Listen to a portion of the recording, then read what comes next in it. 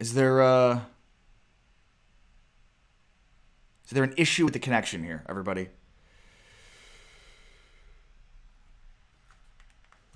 Hold on. Let me just try this. Perhaps this will help. Also, maybe. All right, are we back?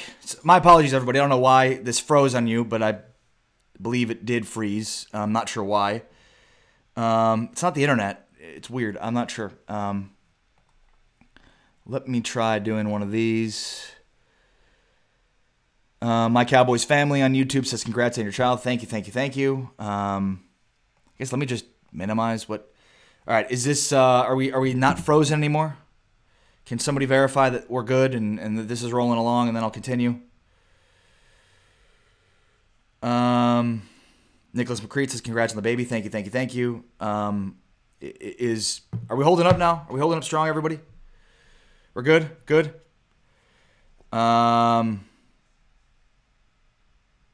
Teddy Bear Sanders says good. David Kokas says good.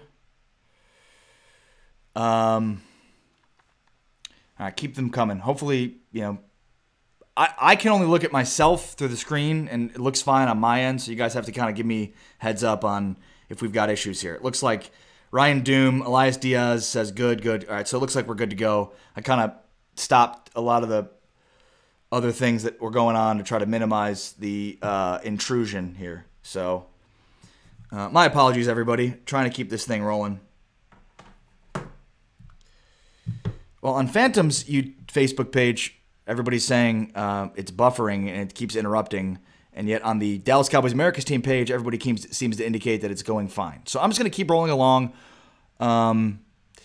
Hopefully it continues to hold up strong, and I won't lose my train of thought, and we can just keep rolling here. All right, you're good. Okay, cool. So I'm just going to pick up where I left off. So DeMarcus Lawrence said before this game that everybody was like worried about bulletin board material, that that they had to choke out this offense, and that's exactly what they did. Right? They were aggressive. They got after him. Just look at these defensive highlights. Even though they only sacked him once, they got after him a bunch and affected the timing, and that was exactly what DeMarcus Lawrence was talking about. Was this idea of, look, this is a good offense, but if you throw off their timing a little bit and you get after Drew Brees a little bit, now all of a sudden their timing's not as good, and now all of a sudden Brees is a little off, and that's what leads to this horrendous performance by Drew Brees that we saw on Thursday, where it was one of his worst games as a pro, in the midst of one of his best seasons, an MVP-type season, but he only has 180 passing yards, and it was the lowest output of the Drew Brees, Sean Payton era. So, for me, this indicates the type of leadership for DeMarcus Lawrence, right? And this kind of goes back to what Brad Sham said on the postgame show, which is it's about effort. Where, look, they've got players, and we know that this is a talented defense, but now all of a sudden you've got a leader of this defense that's making plays in DeMarcus Lawrence that goes out there and says, this is what we have to do, and the entire defense buys into it.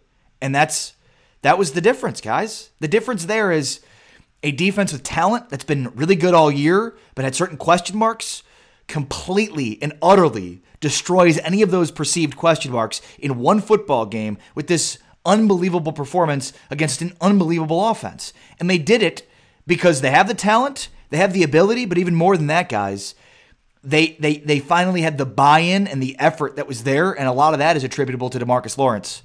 And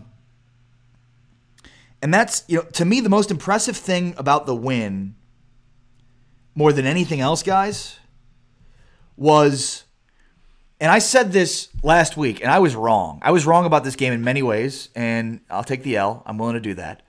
But the most important thing I think that I was wrong about was I thought that the Cowboys were going to have to play the Saints style. Play the Saints style. Be aggressive, go forward on fourth downs, be creative, innovative, right? Like do all the things that we saw the Saints doing for the first 11 games of the season, 10 weeks when they were on their winning streak. And the Cowboys dictated the terms. Like they played their style. And the Cowboys beat the Saints playing their style by completely dictating the terms, which is a physical brand of defense. And then, don't, kick field goals, right? Like don't take too many chances. Don't turn the ball over. Obviously, Dak took some sacks, but he made some plays when they were there. And Zeke Elliott was good. They just made enough plays in the offense to keep them honest, but they kind of rode the coattails of their defense, which going into this game, I'd have been like, that's not how you're going to win this game. But they did it. Patrick Kahn says, Ari, am I crazy for picking the boys? You're talking about Patrick Kahn, my co-host on the Cowboys Beat podcast, who a couple of weeks ago picked the Cowboys.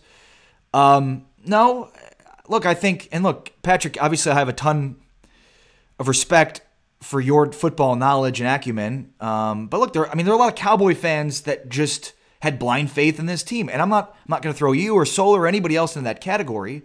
But for me, the reason I didn't pick them was because I just didn't think that this defense was up to the task against this offense. And I was wrong. Here I am eating crow. But I had to see a performance like this to really get that buy-in, and I did. And look, the Cowboys are playing as good a football right now as we've seen in a long time. And there's a lot of reasons for why all of a sudden these things have changed for them. Braxton Gonzalez wants to know what the podcast is called. It's called The Cowboys Beat. So check it out on iTunes, wherever you download podcasts. And Angelo Martinez says, I do have faith in the boys. And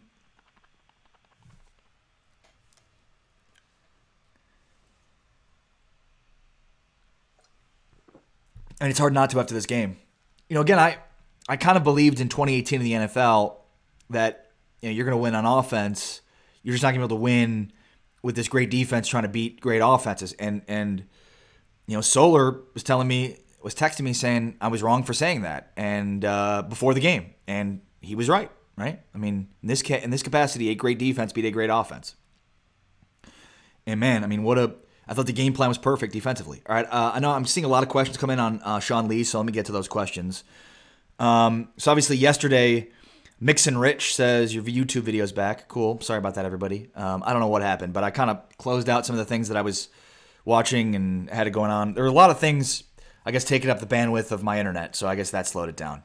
But at any rate, this is plugged into Ethernet. Ethernet gives me like unlimited, basically. But at any rate, we're back. So, okay, so here's the question that everybody wants answered. So you answer it for me. Thumbs up if you think Sean Lee should get his spot back. Heart emoji if you think Leighton Vander Esch. So obviously we heard Jerry Jones yesterday on the fan say that Sean Lee would get his spot back. To a certain degree, he said it. I don't really know. I don't know what to do with this because I don't really know. It's not like it's a quarterback where you go with one guy and that's the guy, right? This is a rotational type position. And I also think the Cowboys aren't dumb. If they're not just gonna freewheel and just let it every possession, every snap, you guys are rotating. It's not gonna be a true rotation. Sean Lee said last week that whatever his role is, he'll embrace it, and if it's 5 snaps and 10 snaps, he'll be fine in that role. And I think that's it's going to be a snap count that's skewed more heavily towards Leighton Vander Esch. And it'll also be skewed more towards who's playing better in that game, in that moment. And those are things that I think in real time the Cowboys can make decisions on. And I'm fine with this. This is people that are making a bigger deal out of this need to understand that this is not an all or nothing kind of thing. It's a good thing to have Sean Lee available. It's a good thing. It's a good thing that this team can finally win games without Sean Lee. That's a good thing. The Cowboys last year were 1-5 without Sean Lee. Couldn't win without him. This year they're 6-1. Now that you can use that stat to be like, see, they don't need him, and I get that, but that's not the point. The point of the matter is for years, this team could not win when Sean Lee didn't play. That's no longer the case. They have, if you really want to talk about it, 4 really, really good linebackers in Vander Esch, Jalen Smith, Damian Wilson, and Sean Lee. So this is a good problem to have. This is a defense that's playing its best football right now. That's been consistent all year. We said it in training camp. We thought throughout the preseason, and then it was verified when the season started how good this defense could be. I think at times they played good, but at times they were gashed by the big play early on this season. And they have fixed whatever issues ailed them early on. And now you look at that defensive line rotation. Is David Irving going to be back soon? and then Sean Lee, Leighton Vander Esch, and then what they have in their secondary, which Cheeto is playing as good as he's played his entire career. We know how good Byron Jones has been this year. Now Jordan Lewis is starting to emerge as a dime, and Anthony Brown continues to make plays.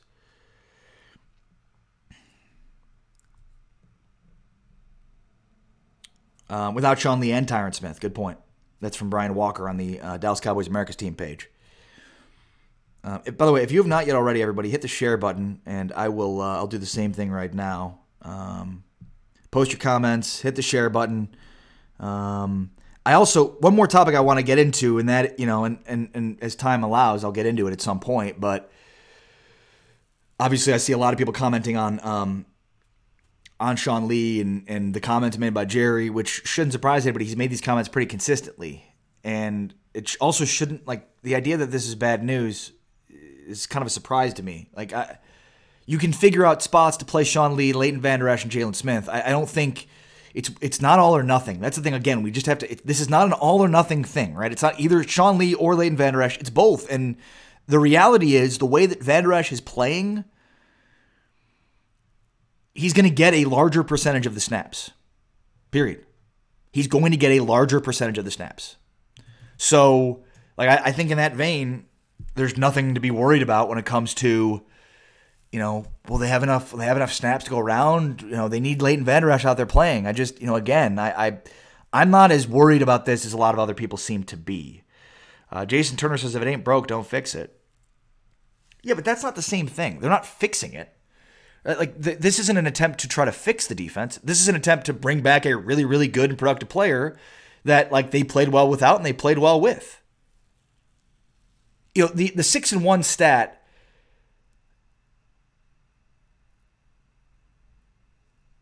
The 6-1 stat is not about this year. It's more about, in my opinion,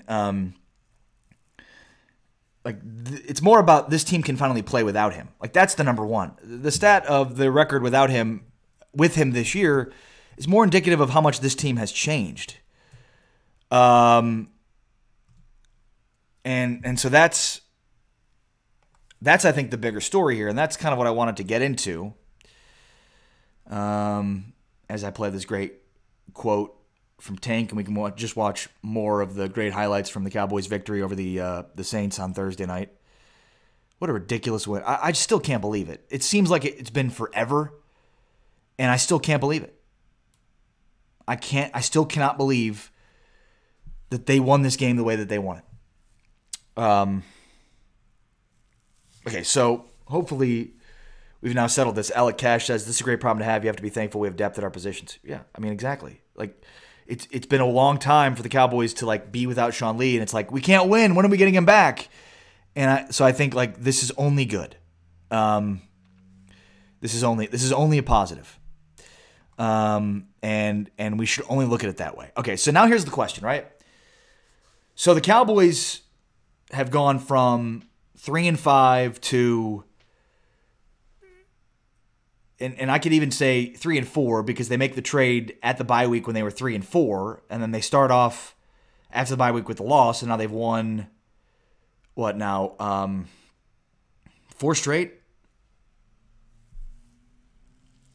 They've won 4 straight now? I didn't get a lot of sleep last night. I'm sorry, I have an infant. 4 straight, yes? So,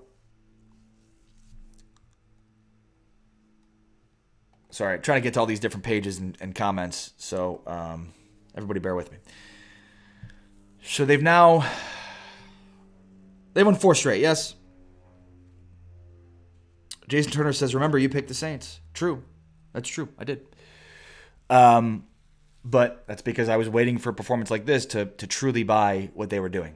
But yeah, no, I definitely picked the Saints, and I'm willing to eat the crow on it. All right, on the Dallas Cowboys report page, Albert Carmen says leave LVE in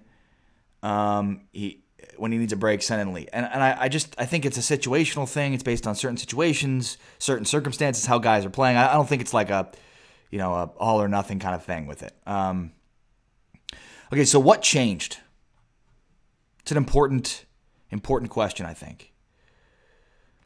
So obviously the most obvious piece to what has changed about this team is the addition of Amari Cooper. Sorry. There's a lot going on. And so therefore I have to now like harness my chi or something. I don't know. But okay. What's changed about the Dallas Cowboys? I have a theory. So this team is 7-5 after starting 3-4 hitting the bye week, and then they made 2 significant changes, right? So since then, they've gone 4-1 and have won 4 straight. And there's been no performance by their defense better than this one. So they go 4-1, and the obvious piece is, well, the obvious piece here is Amari Cooper and the offensive line. You change from Paul Alexander to Hudson Houck and Mark Colombo, and the offensive line has played considerably better. Now, Dak Prescott's still taking sacks, and I still think, maybe they think about going away from Xavier Su'a-Filo this week and instead going back to Connor Williams. But it's clear that the change to Mark Colombo and Hudson Houck and the addition of Amari Cooper have been significant for this offense. I think there's other changes that have been significant for this offense. Noah Brown. Okay, Noah Brown's a guy that was promising at the wide receiver position, hit an injury at the during training camp, was placed on, was not on the active roster, and then basically 4 weeks ago made his debut, took 9 snaps, and has had more snaps each and every subsequent week. I don't think we can underplay the important role that Noah Brown is playing in the running game. Like that, if you can't see it, then you're not watching. But he's basically been Zeke Elliott's most prolific lead blocker. I mean, he's been tremendous. And when plays have been there to be made in the passing game, he's done that too. But that's all extra. For me, what Noah Brown's been able to do in the running game and sort of being Zeke's lead blocker, like that's incredible. And that addition has also, so you look at the offense, right? So they've got Amari Cooper, a legitimate number 1. They changed their offensive line coach, which has clearly had an impact. Another thing too is Noah Brown now impacting the running game in many ways. But what does this do for the defense? Because I think in many ways, none of this matters as much as how good this defense is playing. And especially the way that they played in that Saints game. So what does this do for the defense?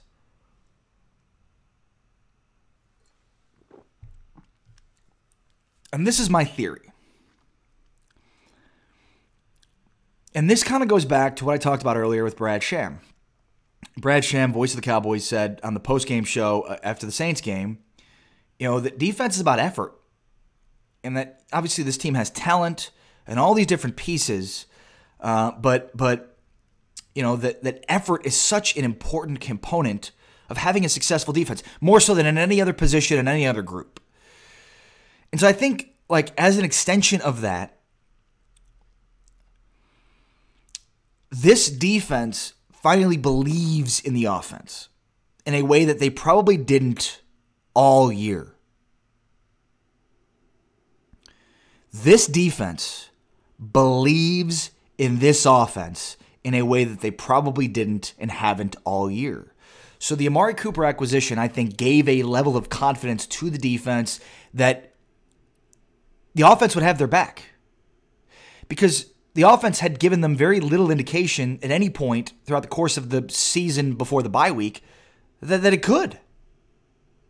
So when you look at this from a defensive standpoint, how did this defense go from being good to great without changing, right? Because there's no change that we've seen across their defense other than more of the emergence of Leighton Vander Esch. And now Leighton Vander Esch is playing well and he's got more confidence and all those things that go into it. But I don't know how to explain. The offense has changed significantly, and yet the defense has probably been the most to benefit from it. And the only explanation that I can come up with is, well, because the offense is at a point where the defense can have a level of confidence that it will actually do things to let the defense off the hook. Whereas before, if you've, and look, it's, you see this all the time. If you've got one side of the ball that is so far ahead of the other side, there starts to be this contentment. Like the other side's not holding up their end of the bargain. So once they trade for Amari Cooper, once they start to play better on offense, and Noah Brown comes back and he has the impact that he's had for their running game, now all of a sudden you've got this defense playing at a confidence level because of the offense that's unseen and unheard of from this team in a long time. So now we go back to this thing called effort, right? So now the effort's there because you've got guys that don't believe that the offense is going to let them down.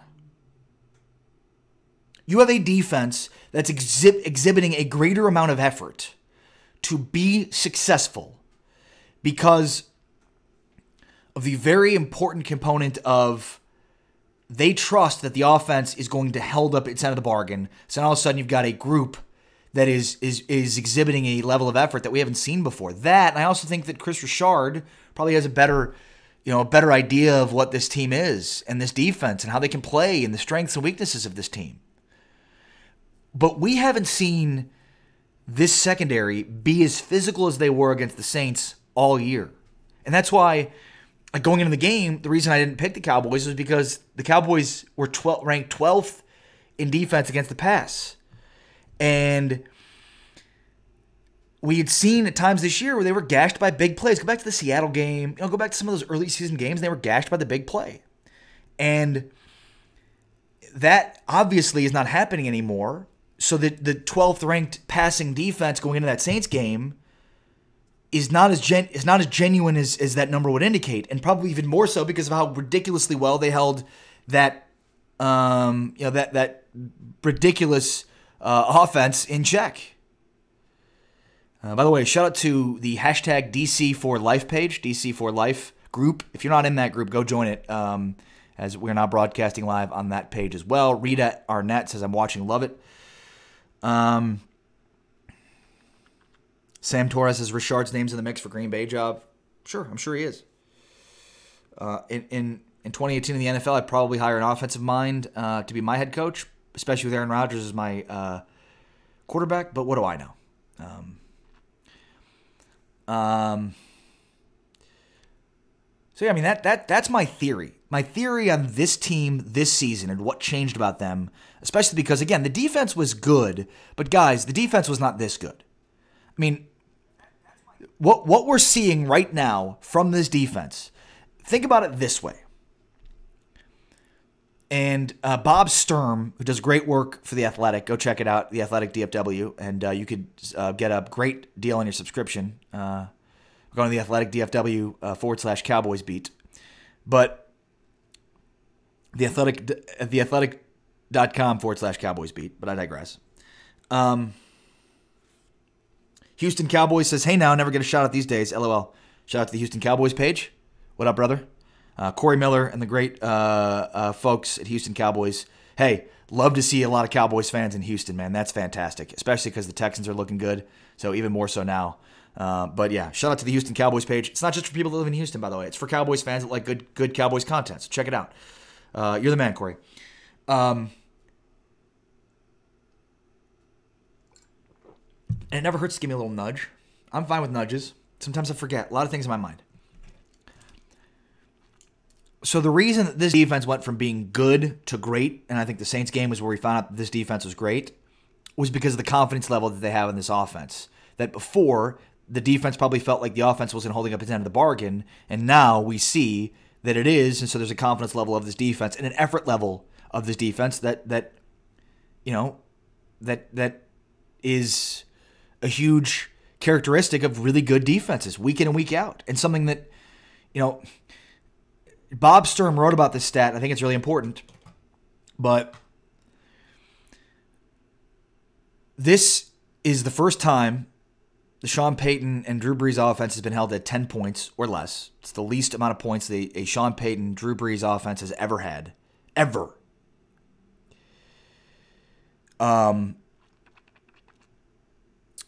even more than that is that this defense is now starting to play the best football it's playing all year at like a really good time. I won't say like, I think this is kind of overplayed. Like they're playing at the right time.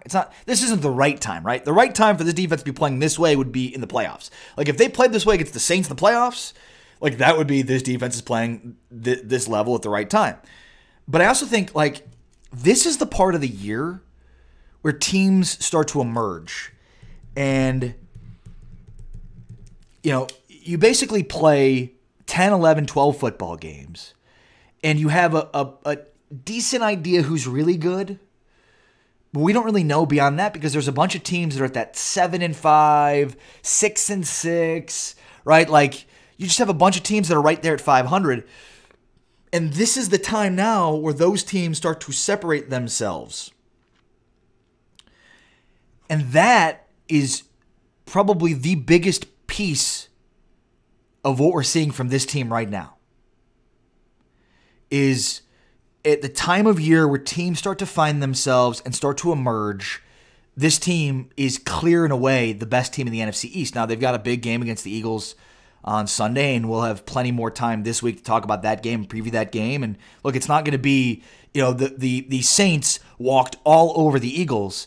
Well, in that game in particular, the Eagles were walking off corners. I mean, they were injured in the Cowboys game the week before, and they got even more injured in that Saints game. So, I mean, you talk about corners being injured and guys coming in off the street to play corner for them. Sidney Jones and some of these other guys are going to be back this week. So it's not a shoo-in that they win. But again, this team is finding itself at the perfect time, and this sort of goes back to what we talked about last week, which is now everybody figured out how good this football team is because it plays on Thursday Night Football, and it basically did something to this Saints offense that we've never seen before. So now everybody's got the attention. Now the Cowboys, I mean, you see they're on ESPN all the time, and I mean everybody's talking about them now because now everybody has the buy-in. But the thing that I think people were missing even before this Saints game, and this is what we talked about last week, guys, was my wife watching says most handsome father of two. Aaron is watching. Oh, that's good to know. Keep him up because I don't want him to sleep during the day because then he's going to be up all night. And right now, I'm losing my mind a little bit and when it comes to the train of thought that I'm having. But I appreciate all you hanging around while this crazy person talks about the Cowboys. And also, so it's the fact that like I'm sleep deprived and basically got like an hour of sleep last night. And I've been up since 5 o'clock in the morning. But it's also because like I haven't been able to talk about this game yet since the post-game show.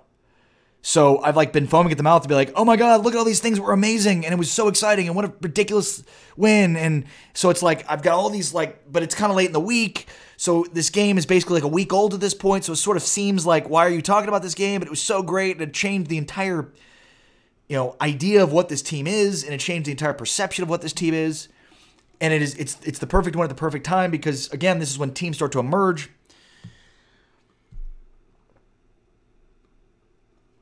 Zachary Maldonado says, hey, Ari, we missed you, man. Congrats on the newborn, buddy. Thank you. Do a show with Aaron. No. I'm not changing poopy diapers in the middle of this show. By the way, quickest way to have your comments heard, read, thought, facebook.com/watchphantom. I could go to all these other pages that are partners of ours that we're broadcasting on, and my apologies for not doing that and keeping better tabs on all these other pages that we're cross-posting with.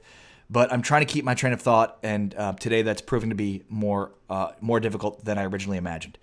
What else? What have I missed, guys? Oh, the Frederick stuff.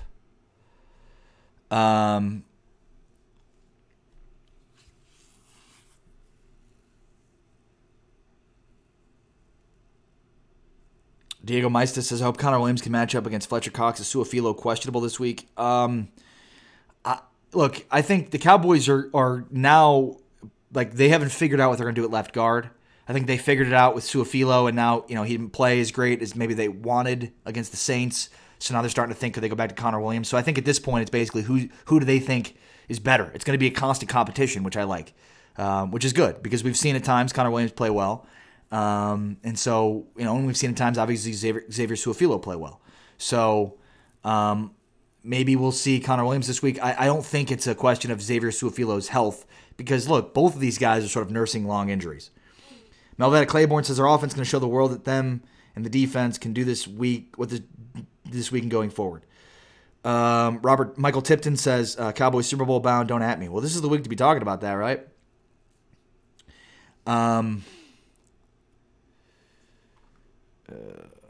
Wow, so the Cowboys did beat Saints, completely shutting down a previously unstoppable offense. Let's do this one. Let's just go back and play this one. This one's cool. No worries. Yeah, but Wow, so the Cowboys just did beat Saints. Sorry, completely. everybody. There. Are you happy? Well, first off, I've just got to enter this into the equation because this is going to be fun all week, even though it's kind of deviates from what we've been talking about. But I'm just going to do this all week. Set up a screen. Smallwood. He's going to take it to the 50, and that's all. Take us to the half. So a lot of booing. Well, it's Philadelphia. What have you done for me lately? Forget the Lombardi. Is that? Kickoff.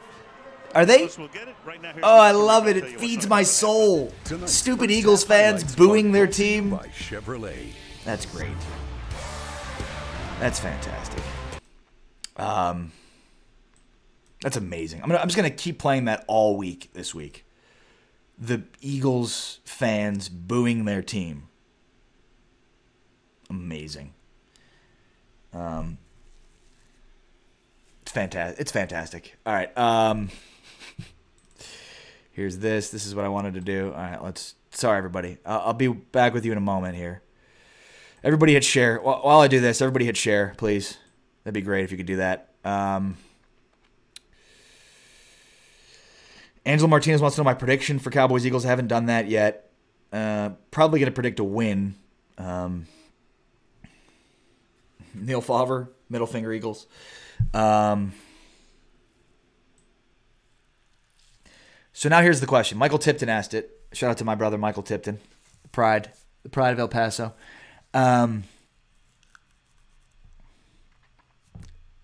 We think this team's a Super Bowl contender yet?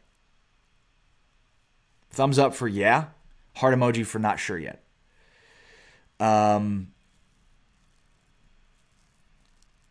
So first, it's hard not to watch this defense and think, yeah, absolutely. Because, look, the defense, it starts up front. You know, football is about three things. It's about the quarterback, protecting the quarterback, and rushing the quarterback. And the Cowboys can rush the quarterback, right? The Cowboys have a really good defensive line. DeMarcus Lawrence is a beast. I don't know that Tyrone Crawford gets enough talk. Tyrone Crawford is fantastic. And I know people that used to complain about him, and maybe, you know, in previous seasons it was justified, but man, there's no complaining about Tyrone Crawford anymore. That guy's an absolute monster. He plays the run. I mean, he's so underrated because he can play inside, play outside, and he can just play anywhere. But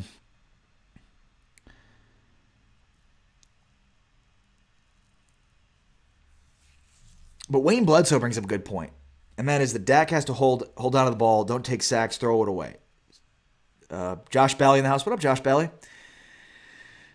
And that's, to me, that's the number one thing to watch for the rest of this season is Dak Prescott. Because where are the holes in this team? Like, let's look at the holes in this team, right? So defensively, right now, there's no holes, right? I mean, they even have Jordan Lewis. Here's Jordan Lewis winning the game for the Cowboys. Michael Thomas was like, "Oh, you only played 8 snaps." Okay, one of the 8 won the game for them on a really nice interception. So good stuff, Michael Thomas. So defensively, I don't know that there's many holes. What are the holes on offense? So the addition of Mari Cooper has obviously meant a humongous boost for the entire offense as a whole. It's been a boost for Zeke. So there's no hole at the running back position. They have a number 1 wide receiver. There's probably a hole at the tight end position, but I mean that's minimized by, you know, Noah Brown being kind of an H-back wide receiver and what he's able to do for the running game. I think the offensive line, you could certainly argue, has some holes. But to me, it's a lot of this is about Dak Prescott, guys. And, the thing is, Prescott has played better. Of course he has. I'm going to continue to say this. When you add Amari Cooper, a legitimate number one wideout, to the mix, you're going to play better. You have to play better. If he played worse or as bad as he'd been playing, then we've got big, big issues here. So, I just, it should be the expectation after the Amari Cooper acquisition that Dak Prescott was going to be a better quarterback and a better player. So now the question is, what are the areas in which he has to improve for this team to be legitimate contenders for the Super Bowl? And I think, and Mike Wellman says Dak is your hole. Jason Turner says Dak has to get better consistently. Patrick Kahn says Dak has been good. The pocket awareness protecting the football is my problem. But how could you say he's been good, but yet basically bring up those two things as being, those are issues, right? Has he been good? Yes, at times. He's just been inconsistent. He's basically been what he's been all year, which is inconsistent. Now, he had an impressive run that got him a first down and third down that, was a really good play. But then, a few plays later throws an interception. So, he's just so inconsistent. And so I think you look at this team and think, man, they've got all the pieces to be contenders. The one thing maybe that's not there is the consistency from the quarterback position, which is, it's hard to win in the playoffs when you don't have consistency for your quarterback.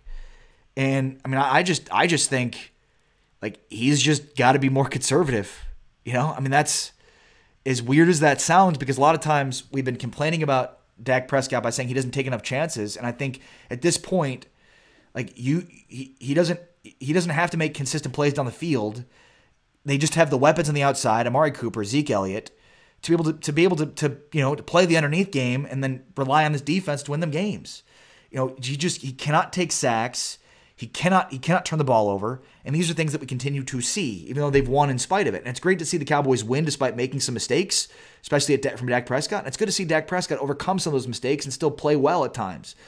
But I just think, it kind of comes down to maybe take a more conservative approach, and sort of rely on your defense, rely on your running game, rely on the playmaking ability of your receivers, to make up for the deficit at the quarterback position, and then obviously take the runs when they're there, because that's his strength. The strength of Dak Prescott is in his running ability. And, you obviously want your quarterback to be a good thrower of the football, but right now, Dak Prescott's greatest strength and asset is his ability to be dual threat and run the football, because he's pretty good at it.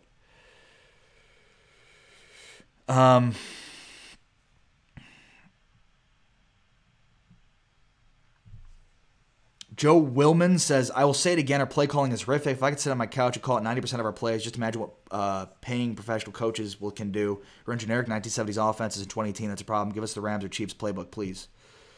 I don't entirely agree with that, I'll be honest. And I've been very critical of the Cowboys' offensive coaching staff and Jason Garrett, Scott Linehan. Look, they're not,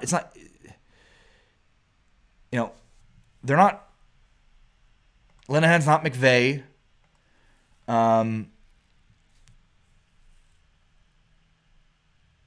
Did this freeze again? Is that what happened here? Did I get frozen again?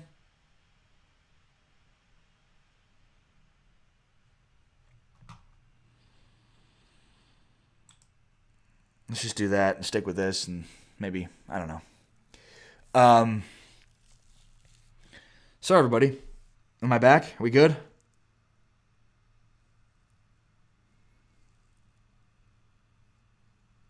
We're good? Everybody? We're good?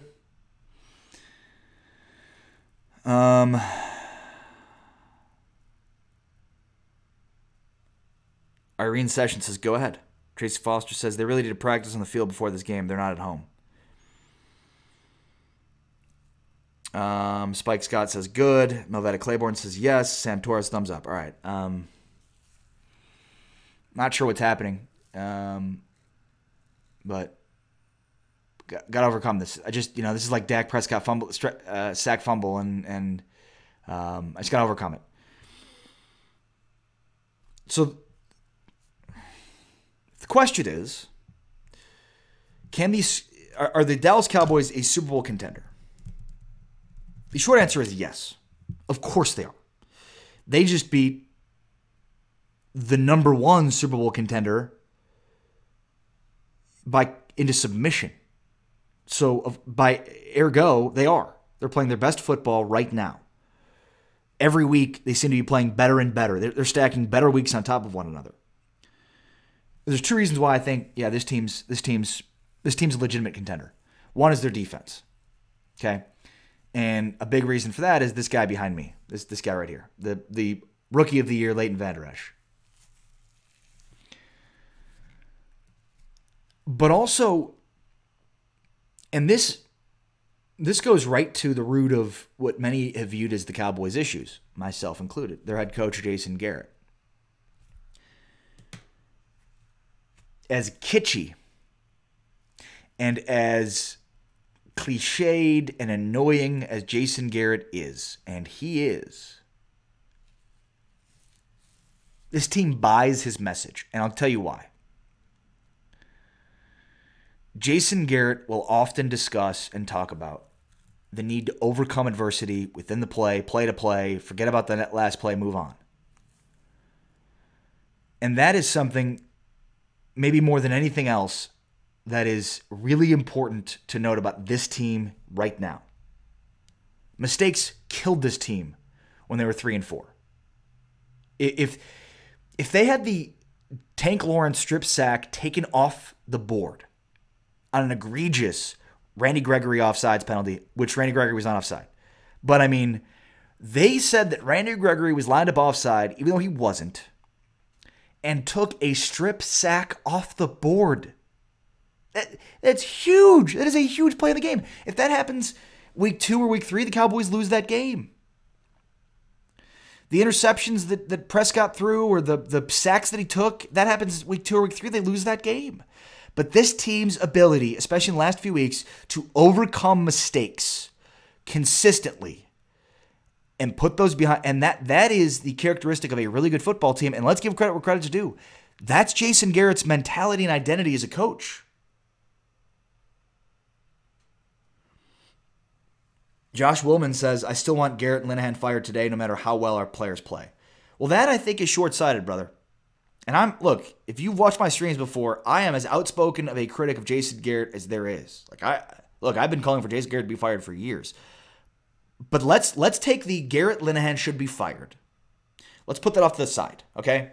Let's take the emotions we have associated with that. Here it is in this box over here. Let's just put it over here to the side for the rest of the season. Can we do that? Let's just do that for the rest of this season. Let's let this thing play out. Let's see how the rest of the season plays out, and then let's make judgments about Jason Garrett and Scott Linehan. Because and again, I am a very, very consistent and vocal critic of Jason Garrett and Scott Linehan. I have been, but if there's ever been a moment in time to buy into what they're selling, now is the time. So let this thing play out so we can see just how far these guys can take it. Because, look, Scott Linehan is never going to be Sean McVay. But that's also, let's not downplay how good the play calling has been to a certain degree because of how multiple they've been, the willingness to, keep defenses on their toes. I mean, you look at, they'll run one play in one formation, then run the same formation and run a different play, but off of the same action. So, I mean, they're basically using a defense prepared to see one play against itself. So, look, Noah Brown, the emergence of Noah Brown and using him in the backfield to be a lead blocker for Ezekiel, that's play calling, that's play design. These are things that are good. These are things that have been really positive.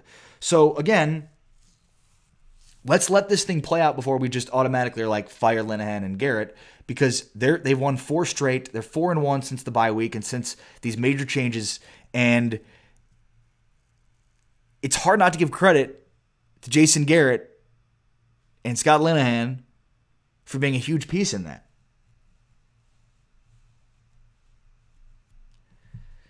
But, I mean, you can do what you want. All I know is this season has been really fun for the Dallas Cowboys, especially the last few weeks. And we've never seen a team change as much as the Cowboys have in season. But they've changed dramatically. And earlier on the show, I talked about why I think they've changed.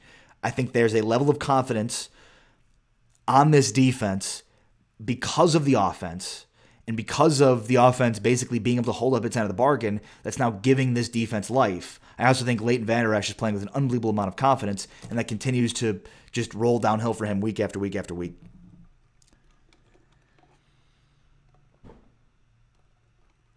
Elvis Tyson on the Dallas Cowboys America's team page says they're a young team finding their way towards being very good. Joe Willem says, why not play action, throw deep on 2nd and 1 ever? I mean, you could argue that that's also, pretty generic and bland play calling. I mean, a lot of teams run play action, deep pass on 2nd and 1. I'll say this, I'm in the locker room, I'm breaking down the film, I'm looking at all the angles. I don't think play calling has been an issue for the Cowboys, especially in recent weeks, especially after Amari Cooper. I don't.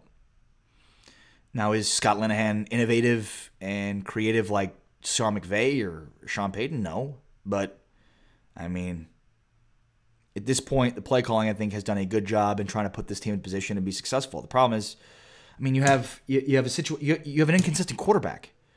That's the problem here, guys. More than their coaching and play calling, they have an inconsistent quarterback.